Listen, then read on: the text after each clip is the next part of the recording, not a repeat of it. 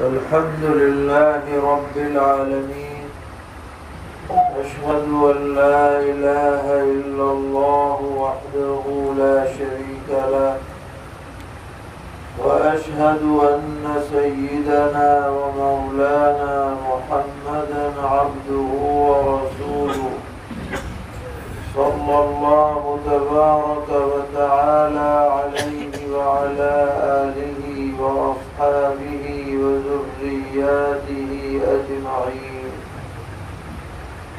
أما بعد، فعن أبي هريرة رضي الله تعالى عنه قال: قال رسول الله صلى الله تعالى عليه وسلم: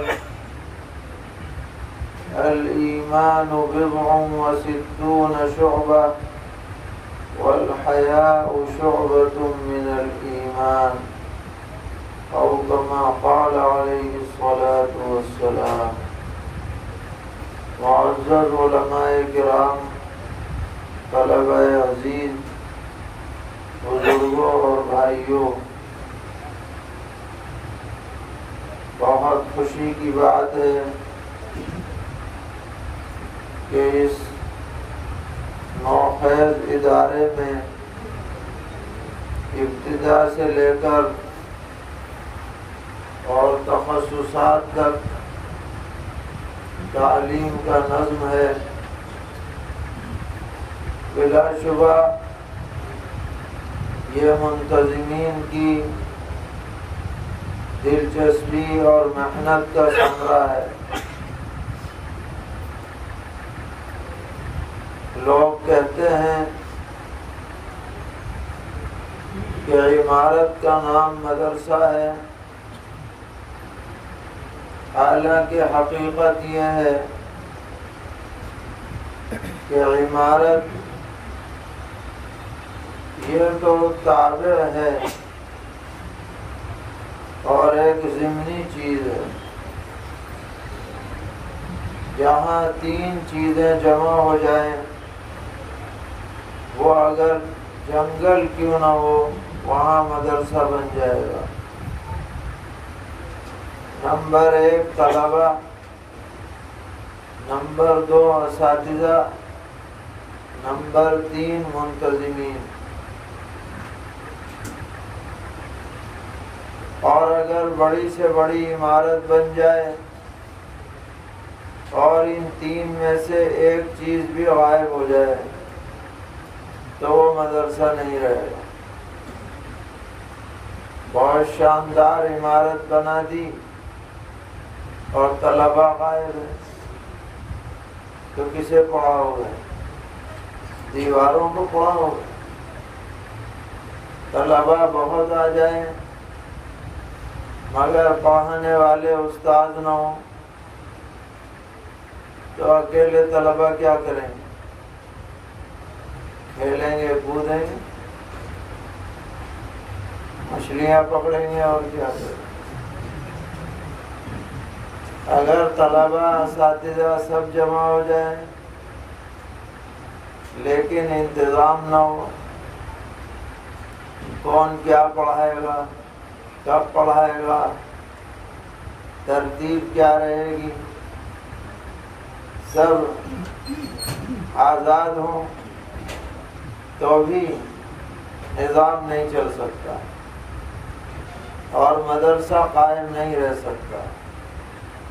تو اگر یہ ارکان ثلاثہ جمع ہو جائیں کسی جنگل میں، کسی باغ میں، کسی پہاڑ میں، تو مدرسہ چل پڑے گا. اور ان ارکان میں سے کوئی رکن نہ رہے تو مدرسہ باقی نہیں رہے گا.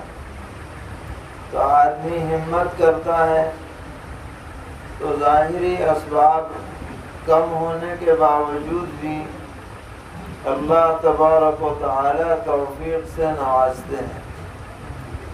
چنانچہ اس مدرسے کا بھی ایسا ہی حال ہے، لیکن اللہ کی ذات وسیع الشان ہے اور وہ مسبب الاسباب ہے. آدمی ہمت کرتا ہے تو اللہ کی مدد آتی ہے. ہمت مردہ مدد خدا. تو ہم محترم صاحب سے اور دیگر منتظمین سے گزارش کریں گے کہ ہمت نہ ہاریں، آگے بڑھتے رہیں. اللہ تبارک و تعالی نصرت فرمائیں گے اور کامیابیاں قدم چومیں گے. آپ حضرات یہاں تشریف لائے ہیں، اس لیے اسی مناسبت سے بخاری شریف کی ایک روایت آپ کے سامنے پڑھی ہے.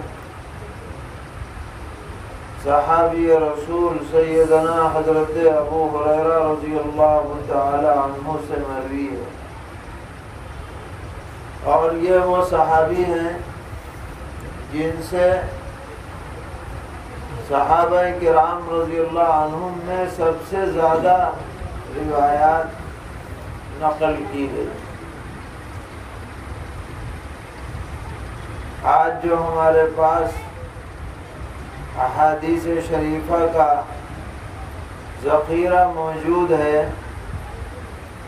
ان میں حضرت ابو ہریرہ رضی اللہ تعالی عنہ کے حوالے سے 5000 سے زیادہ حدیثیں نقل ہیں.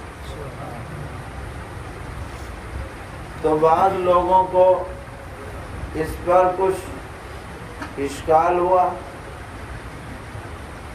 کہ بھئی جب دیکھو تم قال رسول اللہ صلی اللہ علیہ وسلم شروع کر دیتے ہو، دیگر صحابہ کے پاس اتنی روایتیں نہیں ہیں، تمہارے پاس اتنی کہاں سے آ گئی؟ تو آپ نے فرمایا کہ اصل بات یہ ہے کہ جو مہاجرین حضرات تھے وہ اپنی معاش کے لیے تجارت میں لگ جاتے تھے،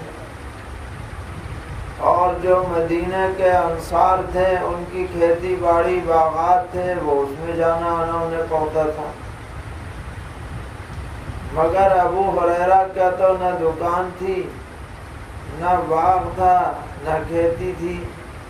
ابو ہریرہ تو دن رات 24 گھنٹے پیغمبر علیہ السلام کے در پر پڑا رہتا تھا. اس لیے جو بات سنی وہ یاد کر لی، جو دیکھی وہ یاد کر لی، اور نبی اکرم علیہ السلام سے دعا کرا لی تھی کہ مجھے باتیں یاد نہیں رہتی. تو حضرت نے فرمایا پھیلاؤ چادر. چادر پھیلائی، حضرت نے اس پہ کچھ دم کر دیا، فرمایا سینے سے لگا لو. اب جو سینے سے لگایا تو اس کے بعد تو زندگی بھر کوئی بات بھولے ہی نہیں، جو سن لی وہ پتھر کی لکیر بن گئی. ان کے شاگرد فرماتے ہیں کہ آپ کا حافظہ اتنا غضب کا تھا کہ اگر 20 سال پہلے کوئی روایت سنائی ہے تو جن الفاظ سے سنائی ہے 20 سال بعد انہی الفاظ سے نقل ہو رہی ہے. الفاظ میں بھی کمی بیشی نہیں. تو امت پر ان کا بڑا احسان ہے. 3 سال پیغمبر علیہ السلام کے ساتھ رہے صرف، لیکن اتنا بڑا ذخیرہ انہوں نے جمع کر لیا اور امت تک منتقل کیا. اللہ تعالیٰ ان کو جزائے خیر عطا فرمائے، اونچے درجات عطا فرمائے. تو وہ روایت فرما رہے ہیں کہ سرور عالم صلی اللہ تعالی علیہ وسلم نے فرمایا کہ الایمان بضع و ستون شعبۃ. بخاری شریف میں بضع و ستون ہے، یعنی 60 سے زیادہ شعبے ہیں، اور دیگر روایتوں میں بضع و سبعون ہے، یعنی 70 سے زائد شعبے ہیں، وہ زیادہ مشہور ہیں. بہرحال فرمایا کہ ایمان کے 60 سے زیادہ شعبے ہیں، یعنی مختلف کام ہیں اور مختلف اعمال ہیں، وہ سب ایمان میں داخل ہیں. ایمان کی صفات ہیں، ایمان کے تقاضے ہیں، ایمان کے موجبات میں سے ہیں وہ 60 سے زائد ہیں۔ زائد کتنے ہیں؟ بضعون کا اطلاق 2 سے لے کر 9 تک ہوتا ہے، تو 62 بھی ہو سکتے ہیں، 69 بھی ہو سکتے ہیں، اور اس کے اندر ساری اچھی باتیں شامل ہیں۔ کلمہ طیبہ پڑھنا بھی شامل ہے، قرآن پاک کی تلاوت بھی شامل ہے، سچ بولنا بھی شامل ہے، کسی کے ساتھ اچھے اخلاق سے پیش آنا بھی شامل ہے، نماز پڑھنا بھی شامل ہے۔ جتنی بھی اچھائیاں ہیں وہ سب ایمان کے شعبے ہیں، اور وہ سب اس کے اندر داخل ہیں۔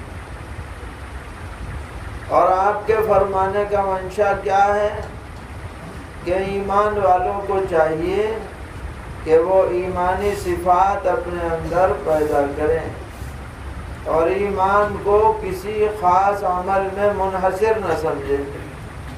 یہ بھی آپ کہنا چاہتے ہیں کہ ایسا نہ سمجھو کہ بھائی بس نماز ہی ایمان ہے اور بقیہ ایمان نہیں ہے، یا ہم جس انداز میں کوئی کام کر رہے ہیں تو وہ تو صحیح ہے، اور وہی کام اگر کوئی دوسرے انداز میں کر رہا ہے تو وہ غلط ہے۔ یہ سوچنا ٹھیک نہیں ہے، بلکہ ایمان کے شعبے بہت سارے ہیں، جیسے دین کے بہت سارے شعبے ہیں، اور ہر شعبے کی اپنی جگہ اہمیت۔ ایک شعبہ تعلیم کا ہے کہ بھائی مدرسے والے تعلیم دے رہے ہیں، یہ دین کا ایک شعبہ ہے۔ ایک شعبہ تصنیف و تالیف کا ہے کہ بھائی ضرورت کے مطابق کتابیں تیار کرو تاکہ دین محفوظ رہے اور آنے والی نسلوں تک پہنچے، منتقل ہو، کیونکہ پڑھانے والے تو نہیں رہیں گے۔ اگر کتابیں نہ رہتی تو یہ دین ہم تک کیسے آتا؟ یہ بھی ایک کام ہے، شعبہ ہے۔ کچھ لوگ ہونے چاہیے جو اس شعبے کو سنبھالیں کہ ضرورت کے مطابق دین کو منتقل کرنے کے لیے اس کو مرتب کریں، جمع کریں اپنے انداز میں۔ اسی طرح لوگوں کو اچھی باتوں کی تعلیم کرنا اور بری باتوں سے بچانا، جس کو امر بالمعروف نہی عن المنکر یا دعوت الی الخیر کہتے ہیں، یہ بھی ایک شعبہ ہے۔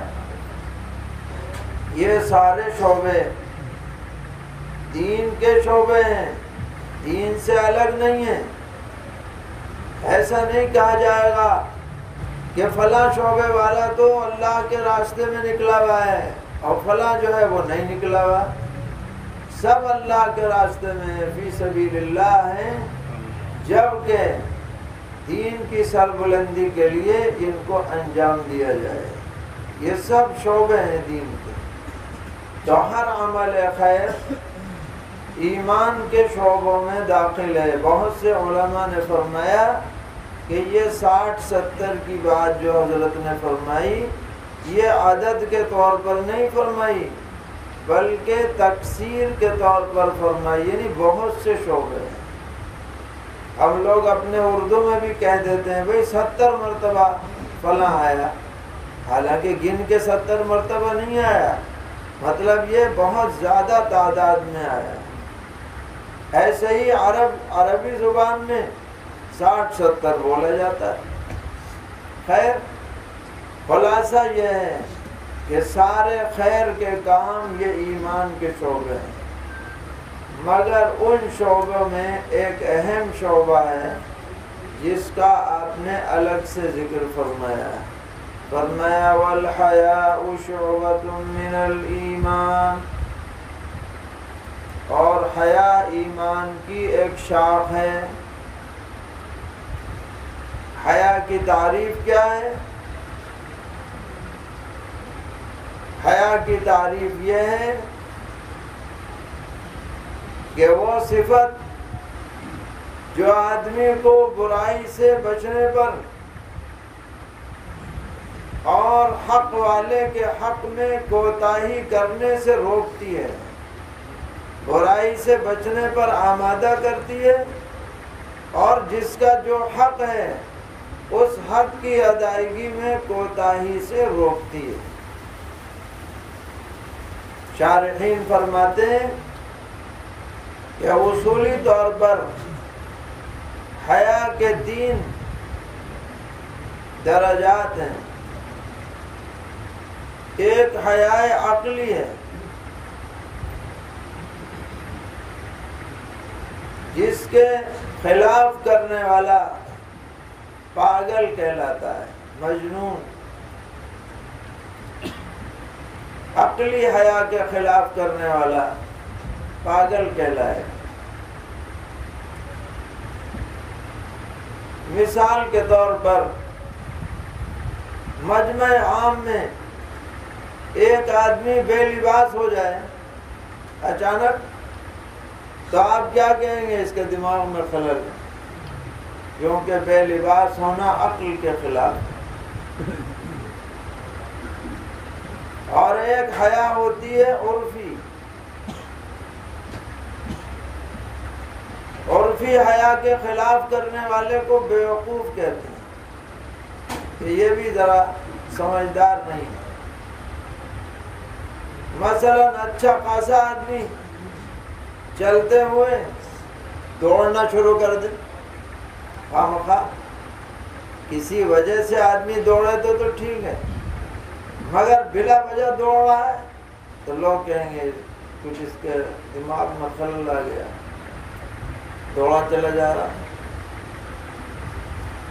اور ایک حیا ہوتی ہے حیا شرعی، یعنی ہر اس کام سے بچنا جس سے اللہ رسول شریعت نے منع کیا ہے، یہ ہے حیا شرعی۔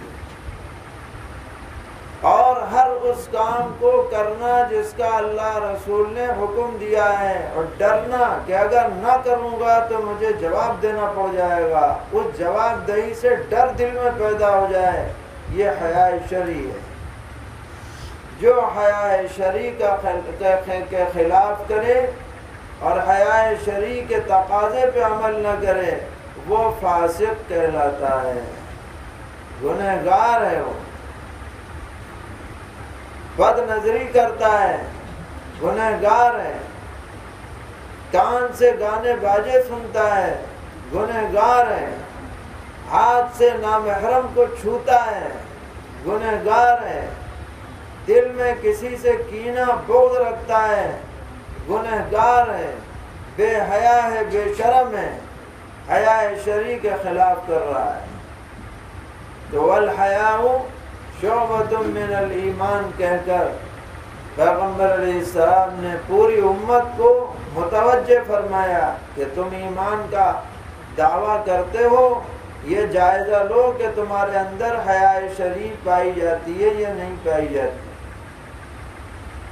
اور علماء موجود ہیں، وہ جانتے ہیں کہ شعبۃ میں تنوین تعظیم کے لیے ہے، یعنی ایک اہم شعبہ ہے ایمان کا حیا، جو آدمی کو برائی سے روکتا ہے، اچھائیوں پر آمادہ کرتا ہے،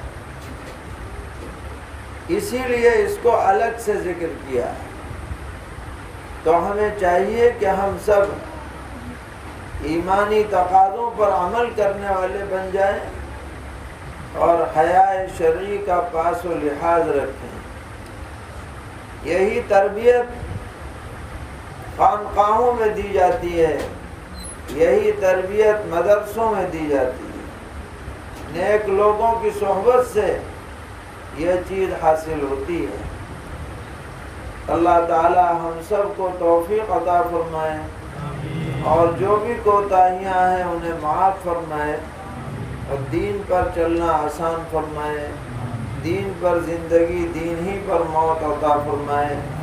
وصلى الله تعالى على خير خلقه محمد وعلى آله وأصحابه وذرياته أجمعين.